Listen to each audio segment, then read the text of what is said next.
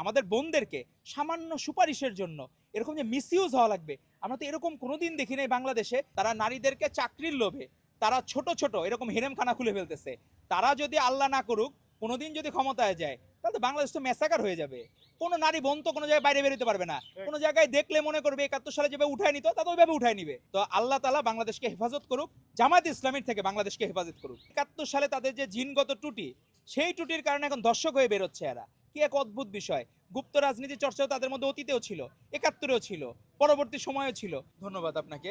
আসলে এই বিষয়ে আমাদের লজ্জা লাগে যে একটা আমাদের দেশ, আমরা ২৪-এর গণ অভ্যুত্থান পরবর্তী সময়ে আমরা চেয়েছিলাম যে এই দেশে আর কোনো অন্যায় থাকবে না, এই দেশে আর কোনো এরকম ধর্ষণের কেউ শিকার হবে না। আমরা ওই সময় দেখেছি টাকলা মুরাদ থেকে শুরু করে ওই সময় যারা লীগের লোকজন ছিল, অসংখ্য মানুষজনকে দেখেছি নারীদেরকে এভাবে হেয় প্রতিপন্ন করতো, ক্ষমতার অপব্যবহার করতো। কিন্তু সেটা যে এই ৭১-এ যে তাদের অতীত স্মৃতি, তাদের যে অনেকের হয় না যে আমাদের জেনেটিক্সে কিছু ইয়ে আছে, যে জিনগত কিছু ত্রুটি থাকে। অনেক বাচ্চা দেখা গেল যে জন্মগতভাবে কোনো ত্রুটির কারণে, ক্রোমোজোমাল কোনো ত্রুটির কারণে তার দেখা গেল ডাউন সিনড্রোম হলো, অটিস্টিক বেবি হলো। এখন ওই যে ৭১ সালে তাদের যে জিনগত ত্রুটি, সেই ত্রুটির কারণে এখন দর্শক হয়ে বেরোচ্ছে এরা। কি এক অদ্ভুত বিষয়। এভাবেই কোটি কোটি মানুষের ঘরে দেশ জুড়ে ফ্রিজ একটাই, ওয়ালটন। গুপ্ত রাজনীতি চর্চাও তাদের মধ্যে অতীতেও ছিল, ৭১-ও ছিল, পরবর্তী সময়েও ছিল। এখন এই ২৪-এ এসেও আমরা দেখলাম যে ২৪ পরবর্তী সময়ে ক্ষমতার কাছাকাছি স্বপ্নে তারা দেখে ফেলছিল তারা নাকি গভর্নমেন্ট ফর্ম করবে।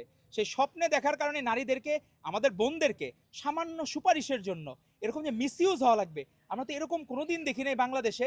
যে ১৮ বছর বয়সের আমাদের এক নারী বোনকে, সে নিজের দেহ বিক্রি না করলে তার চাকরি হবে না। তো তা আবার বিরোধী দলের নেতা, কিন্তু তারা কিন্তু গভর্নমেন্টে না। তারা এই অবস্থায় এরকম শুরু করছে। তারা তো মনে হয় যে আগেকার দিনে ওই ছিল রাজা বাদশাদের আমলে সেবাদাসী ছিল।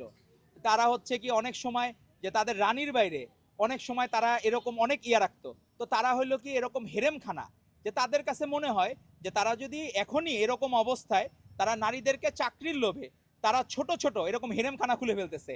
তারা যদি আল্লাহ না করুক কোনোদিন যদি ক্ষমতায় যায়, তাহলে তো বাংলাদেশ তো ম্যাসাকার হয়ে যাবে। কোনো নারী বোন তো কোনো জায়গায় বাইরে বেরোতে পারবে না। কোনো জায়গায় দেখলে মনে করবে ৭১ সালে যেভাবে উঠায় নিত তা তো ওইভাবে উঠায় নিবে। তো আল্লাহ তাআলা বাংলাদেশকে হেফাজত করুক, জামায়াত ইসলামীর থেকে বাংলাদেশকে হেফাজত করুক, এবং তাদের নেতাদের থেকে আল্লাহ তাআলা তাদেরকে শুভবুদ্ধির উদয় দেখ, এবং যে এই অপকর্ম ঘটিয়েছে তার সর্বোচ্চ শাস্তি নিশ্চিত করতে হবে। ধন্যবাদ আপনাদের।